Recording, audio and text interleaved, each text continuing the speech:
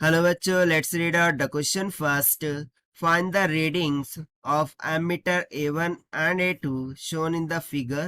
Neglect the resistance of the ammeter. So basically यहाँ पर आप सर्किट देख सकते हैं. सर्किट में एमीटर A1 गिवन है, A2 गिवन है, जिसमें से करंट फ्लो हो रहे हैं I1 एंड I2. सो इसकी रीडिंग्स क्या होंगी while neglecting the resistance of ammeter हमें फाइंड आउट करना है. सो चलिए देखते हैं हम सोल्यूशन से. But before of its let's talk about the key concept which we are going to use here for this question. So यहाँ पर हम की कॉन्सेप्ट क्या लगाएंगे. सो बेसिकली यहाँ पर मैं देखूँ सो एक डायोड दिख रहा है हमें यहाँ पर. ठीक है. सो चलिए सबसे पहले तो हम डायोड के बारे में की कॉन्सेप्ट देख लेते हैं कि डायोड दो रीजन में वर्क करता है. यानी कि डायोड या तो फॉरवर्ड बायस हो सकता है या तो रिवर्स बायस हो सकता है. अब फॉरवर्ड बायस कब होगा. सो जब हम डायोड को जो जिसके दो टर्मिनल्स होते हैं P and N, P terminal को बैटरी के पॉजिटिव से और एन टर्मिनल को बैटरी के निगेटिव से जोड़ देंगे. सो उस टाइम पर वो फॉरवर्ड बायस होगा और फॉरवर्ड बायस में वो कंडक्ट करता है. वहीं पर यदि मैं रिवर्स बायस का केस देखूं, so when diode is connected in such a way that कि उसका पी टर्मिनल बैटरी के निगेटिव को जा रहा हो और एन टर्मिनल बैटरी के पॉजिटिव को जा रहा हो, सो उस टाइम पर हम बोलते हैं कि diode is in reverse bias. और रिवर्स बायस में वो कंडक्ट नहीं करता. In fact it offers a infinite resistance. ठीक है. सो इस कॉन्सेप्ट का हम यहाँ पर यूज करेंगे. ये तो हो गया वन थिंग. इसको हम मान लेते हैं फर्स्ट की कॉन्सेप्ट. और सेकंड की कॉन्सेप्ट हम यहाँ पर लगाएंगे किरचॉफ्स वोल्टेज लॉ के इनसाइड अ लूप जो सम ऑफ द वोल्टेज होता है. ठीक है. This is always is equals to 0.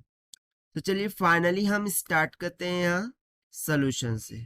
तो सबसे पहले तो मैं डायोड की कंडीशन चेक करूंगा कि whether it is forward bias और रिवर्स बायस. सो देखिए यदि मैं बैटरी को देखूं सो ये पॉजिटिव टर्मिनल है, ये निगेटिव है. यहाँ पर क्या आ रहा है पॉजिटिव और यहाँ पर क्या आ रहा है निगेटिव. सो बेसिकली ये क्या है P है, ये N है, P से N जुड़ गया, N से P प्लस जुड़ गया. ठीक है. यानी कि P निगेटिव को जुड़ गया है, N पॉजिटिव को जुड़ गया है. सो ये तो रिवर्स बायस का केस हो गया. यानी कि यहाँ पर डायोड किस में चला गया, रिवर्स बायस में चला गया. ठीक है. Diode is said to be in reverse bias और रिवर्स बायस में वो कोई कंडक्शन नहीं करता. यानी कि सिंपली हम बोल देंगे नो कंडक्शन.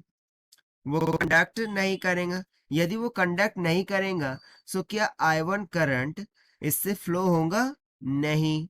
यदि I1 करंट फ्लो नहीं होगा सो जो एमीटर A1 है उसकी रीडिंग क्या हो जाएंगी, simply it will be equals to 0 ampere. Ammeter A1 क्या रीड करेगा, 0 एम्पियर. ठीक है. ये हो गया फर्स्ट पार्ट. ना सेकंड A2 की रीडिंग्स क्या होंगी. अब देखिए ये जो ऊपर वाला सर्किट है ये तो बेसिकली रिमूव हो गया सर्किट से. अब सर्किट में बचा क्या है, लोअर लो. सो इसमें हम KVL अप्लाई कर देंगे. क्या अप्लाई कर देंगे, KVL Kirchhoff's voltage.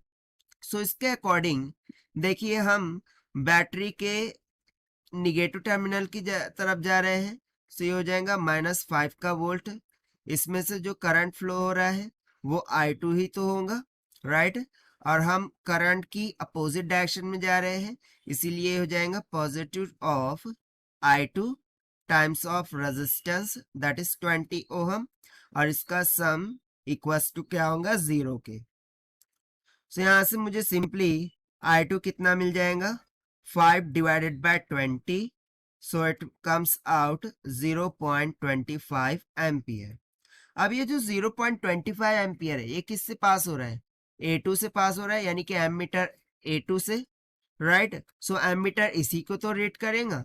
So simply मुझे एमीटर A2 की रीडिंग क्या मिल गई, 0.25 एम्पियर की इक्वल. सो ये हो गया सेकंड पार्ट का आंसर. ठीक है. सो यहाँ पर A1 विल रीड 0 एम्पियर. ठीक है. And A2 will read 0.25 ampere. So this is the required solution which we have solved by using the concept of diode and Kirchhoff voltage law. Now let us check the option. So जो option C है, this will become correct. So this is the required solution. I hope you understood well. Best of luck. Thank you.